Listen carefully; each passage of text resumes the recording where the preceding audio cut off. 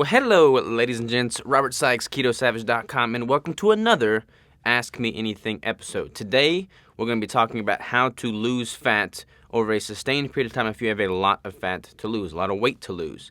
Great question. Got a good response for it. But before we dive into that, let's roll the intro.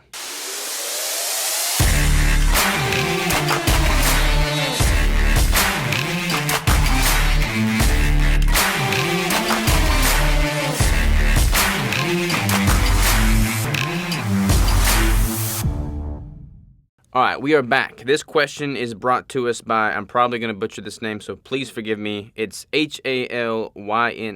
Halyna? I don't know. But cool name. I like it. He asks, I don't know the name, I'm sorry.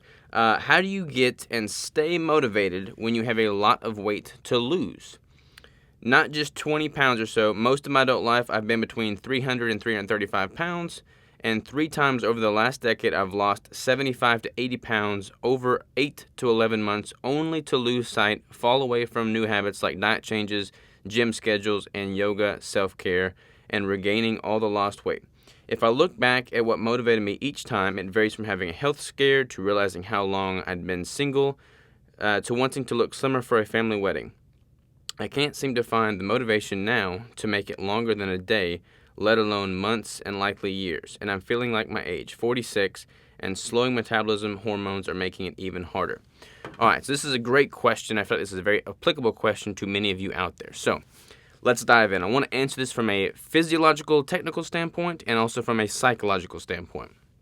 So from a technical standpoint, if you have a ton of weight to lose, you're probably not going to be able to lose it all in one fell, seamless swoop, because let's say your baseline caloric intake is 3,000 calories and you've got 100 pounds to lose. By the time you gradually cut calories, get your hormones in check, get your metabolism dialed in, or eating the right foods, all of that, your calories are probably going to be low to a point in which it's not healthy to continue cutting calories, because then you're just going to down-regulate your metabolism further. So in that situation, what I would recommend doing, and I'll just throw some numbers out there to kind of give some context. Let's say you had that 3,000 calorie starting point, and you cut down to 1,500 calories, so half of that baseline maintenance. And you've lost 50 of those 100 pounds. You've done so over 6 to 8 months, all right? And rather than trying to cut below that 1,500 calorie mark, which is going to have a negative effect on your metabolism, it's going to have a negative effect on your hormones, it's going to be a hard psychological grasp to keep dieting and keep being restrictive for even longer. What I would encourage you to do is have a period of reverse dieting, which you actually increase calories while focusing on, resistance training, building up more lean muscle tissue, which is going to have a positive impact on your metabolism. You're going to see some gain in weight, but you're not going to gain the 50 pounds back that you lost if you do this within reason. So say you are able to work your calories back up to beyond 3,000, maybe 3,500, because you're also weight training, you've built more muscle over this period of time, but you haven't gained the 50 pounds back. So let's just say you gain 20 pounds back instead of the 50 that you lost initially. Then you stay at that 3,500 calorie mark for a while. You improve your metabolism, you improve your hormones, you improve your lean mass, and then you transition back into a cut. And let's say you lose another 50 pounds. Since you started at a lower weight to begin with this time, if you lost that same 50 pounds, you haven't reached that 100-pound loss goal, but you have lost more than you lost the same amount you did the first time, but your starting position was better than it was the first time.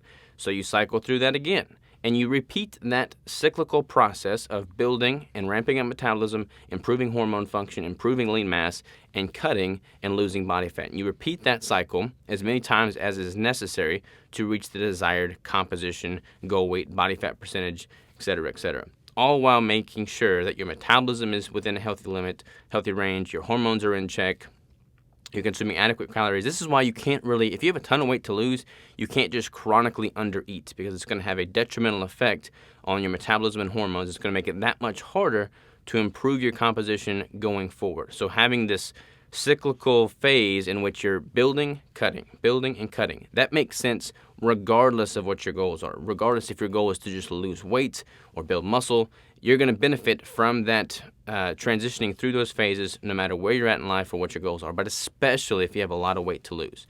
From a psychological standpoint, You talked a lot about motivation. You talked about looking good for a wedding, a family event, the realization that you've been single for longer than you'd like. You want to look better for the opposite sex. You want to improve your health, your confidence, your overall appearance.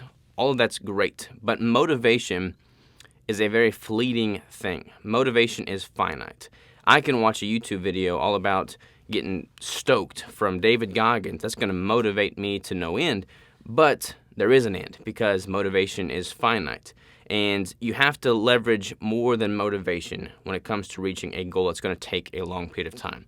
That's why I lean on discipline more so than motivation. Motivation is great for that initial spark, but it's not going to be a long-lasting flame that keeps your desires in check. It keeps your actions and your habits on the right path. That's where discipline comes in.